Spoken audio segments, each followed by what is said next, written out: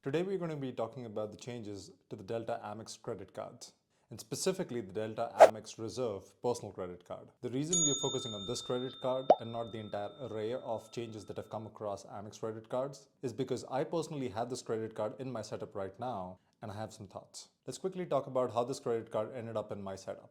In the past year, I upgraded from the $0 Amex Delta credit card to the $250 Amex Platinum credit card. And this was done for two reasons. Number one, was I was working towards Delta status, and the Amex Platinum credit card was going to help with that. If you haven't followed my channel, I'll link a video up there which talked about my strategy of moving my status over from United to Delta. The second reason for upgrading from the base level Amex Delta card to the $250 Platinum card was the companion certificate that comes with the Platinum card. Once I upgraded to the Platinum card, I got another upgrade offer to upgrade from Platinum to the Delta Reserve Card. This time around, I could earn 40,000 bonus points after spending $3,000 in 6 months after I upgraded from the Platinum to the Delta Reserve. And that's how I ended up with this card in my setup. Now my initial instinct was to get the credit card, get the bonus offer, and then downgrade it back to the Platinum card. But with the changes that Amex has introduced to the Delta suite of credit cards, that might have changed. Before we talk about what has actually changed with this credit cards, let's quickly talk about what the credit card looked like before. The Delta Amex Reserve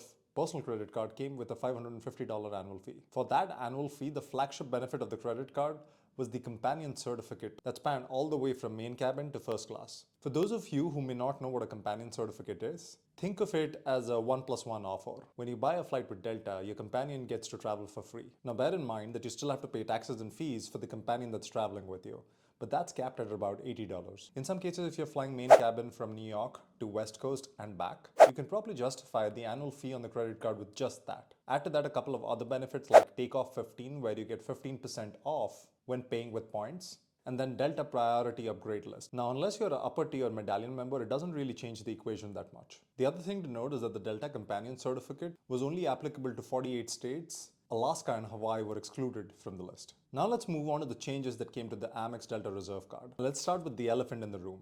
The annual fee on the credit card went up from $550 to $650. And any way you look at it, that annual fee is steep. It seems to be a core part of Amex strategy, especially following the changes that they made to the Hilton Aspire card.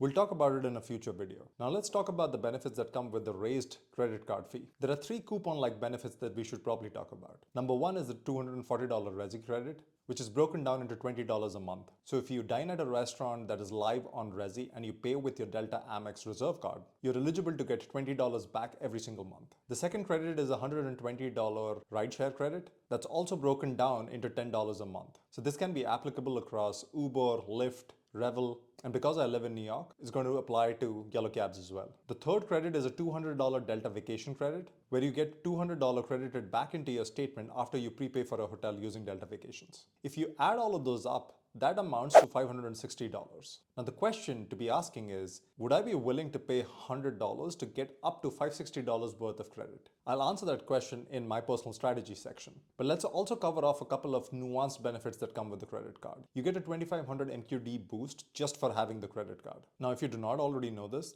Delta changed the way you can earn status with the airline. In the current situation, the only way for you to earn Delta status is by spending with the airline. And that translates into MQD, which stands for Medallion Qualifying Dollars. And for folks who had this credit card before the changes were announced, you may be eligible for a $100 flight credit. This is a one-time credit, and an additional 1,000 MQDs on top of the 2,500 you get with the credit card. Now let's talk about my personal approach to this. Like I said before, my intention with the credit card was to get the intro bonus and then downgrade it back down to the Platinum card. But with these changes, I've decided to keep it open for now. And here are a few reasons for it. I actually see myself using some of the credits that have been made available on the credit card. I think I'll use 100% of the Delta Vacation credit, so that's $200, and at least 50% of the Resi and the rideshare credit. Now bear in mind that I already use these services, and that's why I'm assigning some value to them. So if we add 50% of the rideshare and the Resi credit, and 100% of the Delta Vacation credit, that amounts to about $380.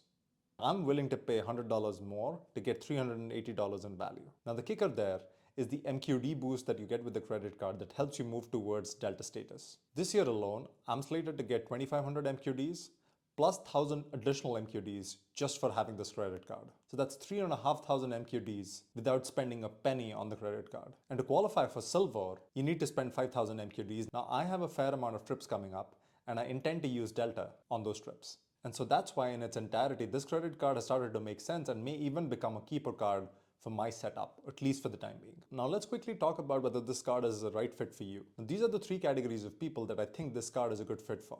Number one, if you already had the card and you were planning to keep it, and you can see yourself using at least $100 worth of the benefits that have been added to the card, this is a keeper for you. Now I get if you're really annoyed at Amex for constantly increasing the annual fees on the credit card, and if for that reason you want to cancel, I absolutely understand it. But there is a case to be made for you to keep it. The second category of people who can benefit from having this credit card are people who are working towards Delta status and do not have this credit card currently. And the reason I say that is because there is an elevated intro offer now through March of 100,000 miles on this credit card. Let's move on to the third category of people. These are people who are purely working towards Delta status.